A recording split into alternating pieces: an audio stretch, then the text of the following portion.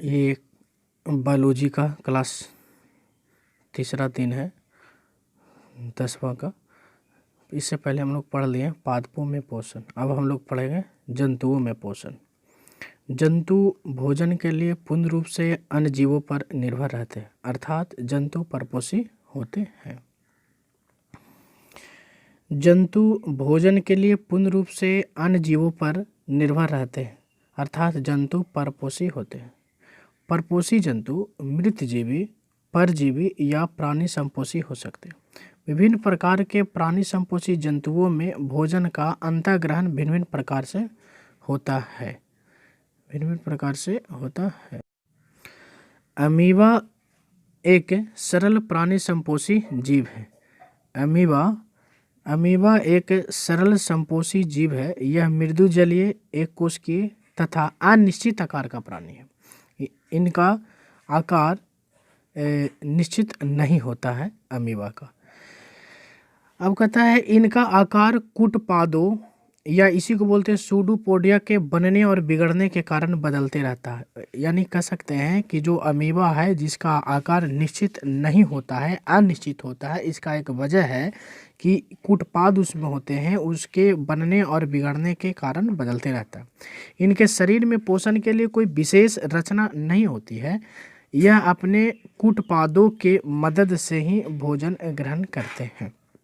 Amoeba में भोजन या शरीर में पोषण के लिए कोई विशेष रचना नहीं इसमें पाया जाता है। यह अपने कूटपादों की मदद से ही भोजन का ग्रहण करते हैं। अमीबा का भोजन शैवाल के छोटे छोटे टुकड़ों।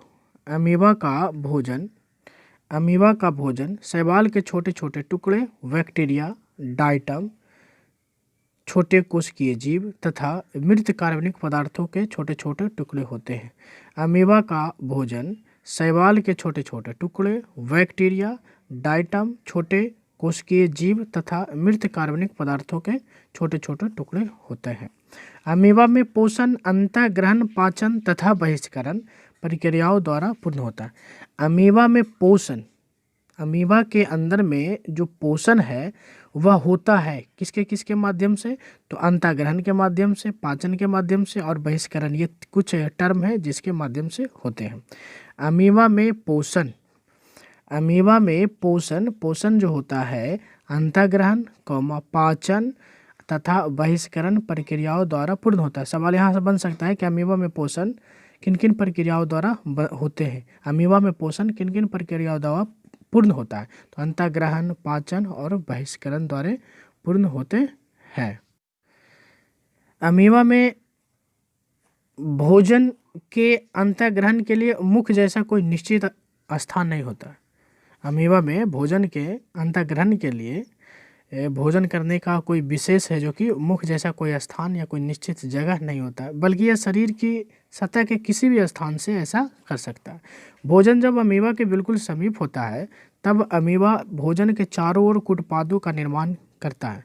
कूटपाद भोजन की ओर तेजी से बढ़ते हैं और भोजन को पूरी तरह से घेर लेता है। धीरे धीरे कूटपादों के सीटे जो उसमें होते हैं तथा फिर पार्श्व आपस में जुड़ जाते हैं। इस तरह एक भोजन राजधानी का निर्माण हो जाता है जिसमें भोजन के साथ जल भी होता है। भोजन का पाचन भोजन राजधानी में ही एंजाइमों के द्वारा होता है। सवाल अगर पूछा जाए कि अमीबा में भोजन का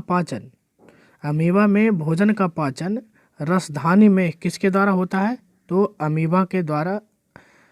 अमीबा में भोजन का पाचन भोजन राजधानी में किनके द्वारा होता है? तो एंजाइमों के द्वारा होता है।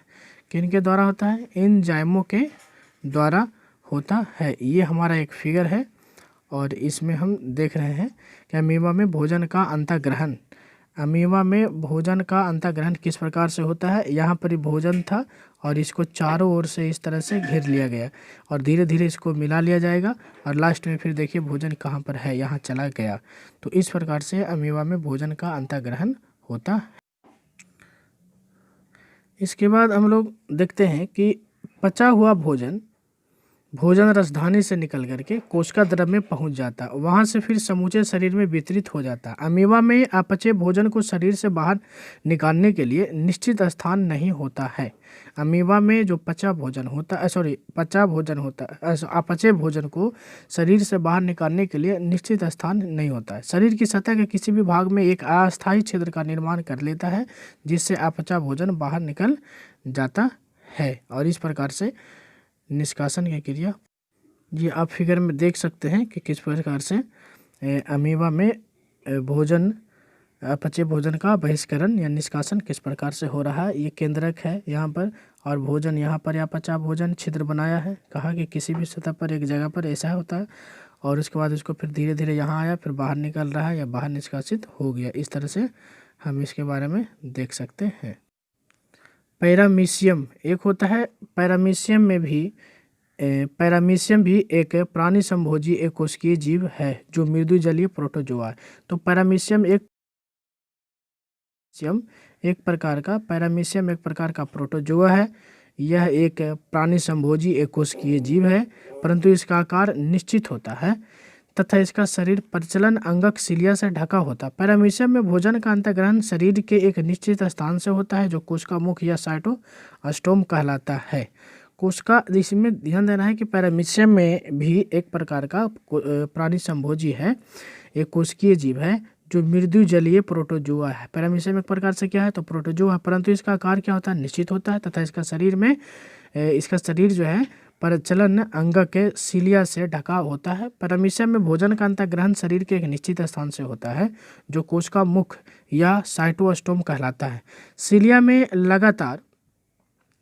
में लगातार होने वाले गति भोजन कणों को उसका मुख की ओर ले जाता है। भोजन करने के उसके मुख की ओर ले जाता है। और आप देख रहे हैं कि इस प्रकार से इसका ये फिगर है, सिलिया है, इसके बाहर इस प्रकार से सिलिया का ये सिलिया हो गया इस प्रकार से, और सिलिया है, ये देख रहे हैं आप, सिलिया है किस प्रकार से, इस तरह से सिलिया है। और इसके अंदर में भोजन के कण इस प्रकार से प्रवेश हो रहा है यहाँ पर, और कोशिका मुख या साइटोस्टोम यहाँ पर है। भोजन की राजधानी ये है, भोजन राजधानी का निर्माण यहाँ पर हो रहा है। और इस तरह से आप फिगर के माध्यम से समझ सकते हैं।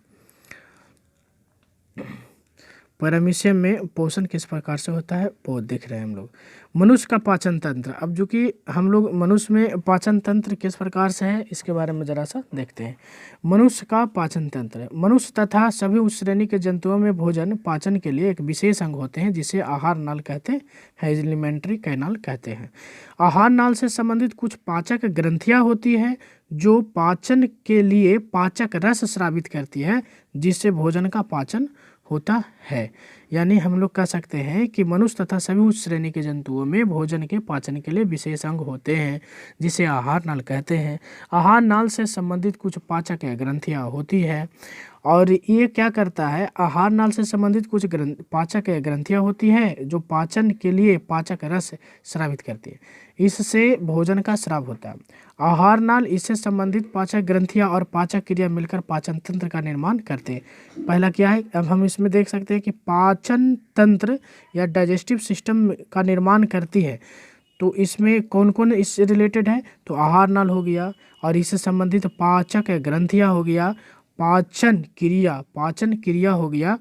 तो ये सब जो है हमारा ढेर सारे मिलकर के पाचन तंत्र का निर्माण करते हैं। मनुष्य का आहार नाल के बारे में ज़रा देखते हैं। तो मनुष्य का जो आहार नाल है यह एक कुंडलित रचना है। मनुष्य के आहार नाल जो है एक प्रकार से कुंडलित रचना है। तो मनुष्य का आहार नाल जो है यह कुंडलित रचना है जिसकी लंबाई लगभग 8 से 10 मीटर होती है। यह मुख गुहा से शुरू होकर मलद्वार तक फैली होती है। आहार नाल के विभिन्न भागों की रचना तथा इसके कार्य इस प्रकार से है। अब इसमें हम लोग ये देखेंगे। पहला है इसमें मुख गुहा, पहला इसके अंतर्गत है मुख गुहा। मुख गुहा आहार नाल का पहला भाग है। अब हमसे पूछा जाएगा कि आहार नाल का पहला भाग कौन है, तो ये मुख गुहा है। यह ऊपरी तथा निचले जबड़े से घिरी होती है। यह जो है ऊपरी तथा निचले जबड़े से घिरी होती है। मुख गुहा को बंद करने के लिए 2 ऊपरी तथा दो ऊपरी तथा निचले मांसल होठ होते हैं। मुख गुहा में जीभ तथा दांत होते हैं। मुख गुहा में जीभ तथा दांत होते हैं। जीभ जो होते हैं मुख गुहा के फर्श पर स्थित एक मांसल रचना होती है। ये जीभ भा यहाँ होगा, यहाँ गलती से टाइप मिस्टेक हो गया। जिसका अगला सिरा स्वतंत्र है। जीभ का अगला सिरा क्या होता है? स्वतंत्र होता है। और पिछला सिरा जो होता है फर्श से जुड़ा होता है। ये हमारा जीभ का एक फिगर है। आप इससे हम लोग देख सकते हैं कि जीभ का कौन सा भाग से कौन सा स्वाद हम लोग लेते हैं। जीभ पर स्वाद ग्रंथियाँ का ये हम लोग का इसमें देखते हैं। तो ये हमारा जो पीला वाला भाग है, हमारा ये जो पीला वाला पोर्शंस है इतना दूर, ये हमारा खट्टा स्वाद देता है। और आप देख रहे हैं कि यहाँ पर ये जो हरा का पूरा अच्छा सा ये जो हरा सा भाग जो दिख रहा है पूरा में, ये सब ये हमारा जो हरा सा भाग पूरा दिख रहा है वो हमारा खारा का प्रतीक है, खारा रिप्रेजेंट करता है। और ये कड़वा वाला भाग जो है हम लोग देख रहे हैं, ये हमारा जो है इस प्रकार से कलर से है, वो हमारा कड़वा देने का काम करता है स्वाद, कोई भी चीज़ हम खाएंगे तो ये हमारा हिस्सा हो गया। कहता है जीभ के ऊपरी सतह पर कई छोटे छोटे अंकुर होते हैं। बहुत सारे छोटे छोटे जीभ हम जब देखते हैं तो छोटे छोटे दाने जैसा कुछ कुछ दिखाई पड़ता है। इस प्रकार से बहुत सारा जीभ के ऊपरी हिस्सा में इस प्रकार से दिखाई देता है। ये है तो जीभ के ऊपरी सतह पर कई छोटे छोटे अंकुर होते हैं जिसे स्वाद कलियाँ कहते हैं। इसे क्या कहते हैं हम लोग? स्वाद कलियाँ कहते हैं।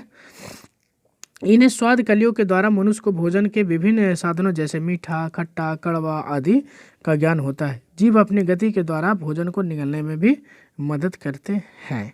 तो इस प्रकार से आज हम लोगों ने देखा कि अब इससे रिलेटेड संबंधित कुछ प्रश्न होगा कि अब हम लोग पढ़े हैं इसमें तो देखेंगे, इसका आंसर भी देंगे। परपोषी जीव किसे कहते हैं इसे आपको लिखना है। और अमीबा किस प्रकार का जीव है इसके बारे में लिखिए। अमीबा का भोजन क्या है वो लिखिए। अमीबा में पोषण किन किन प्रक्रियाओं द्वारा पूर्ण होता है ये इसका आंसर लिखिए। और अमीबा में भोजन का पाचन भोजन राजधानी में किसके द्वारा होता है? पैरामीशियम किस प्रकार का जीव है इसका आंसर दीजिए। पैरामीशियम में भोजन का अंतःकरण शरीर के एक निश्चित स्थान से होता है, उसे क्या कहते हैं इसको आंसर दीजिए। और अगला फिर से हम आगे भी इस तरह से क्लास कंटिन्यू करेंगे। धन्यवाद।